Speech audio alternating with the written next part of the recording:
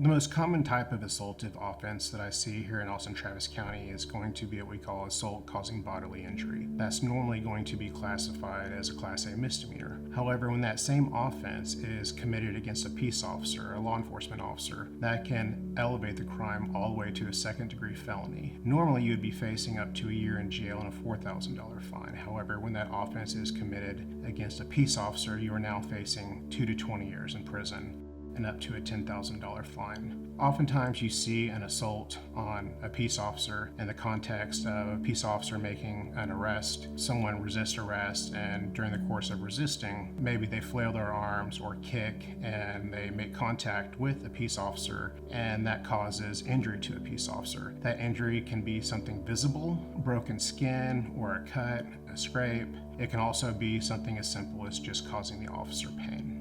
Oftentimes over the course of an arrest, usually a resisting arrest or an assault on a peace officer, sometimes you'll see the offense of harassment of a public servant. There's many ways someone could pick up that offense, but the most common scenario that I see is when someone is being arrested or is confronting an officer and they spit on an officer. That quickly turns in what could have been a Class C misdemeanor, assault by contact. Now you're looking at harassment of a public servant, a felony offense.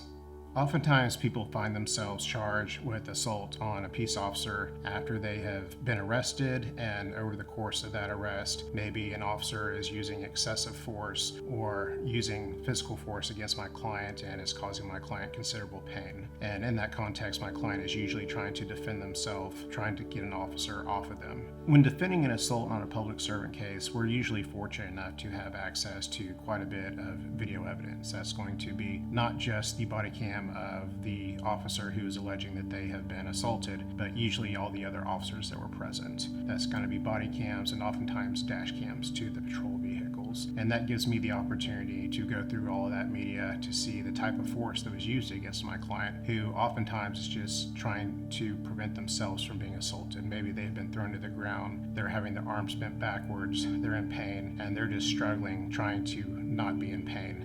And sometimes they make that contact with the peace officer, and the peace officer is going to be eagerly ready to say that they felt pain. So then my client ends up going to jail for assault on a public servant. And so when we review that video, we want to see what type of force was used against my client, what type of force was used against the officer. And oftentimes we can subpoena the officer's medical records, whether that's EMS or hospital records, to see the extent of the alleged injury and see that documentation to work on that defense.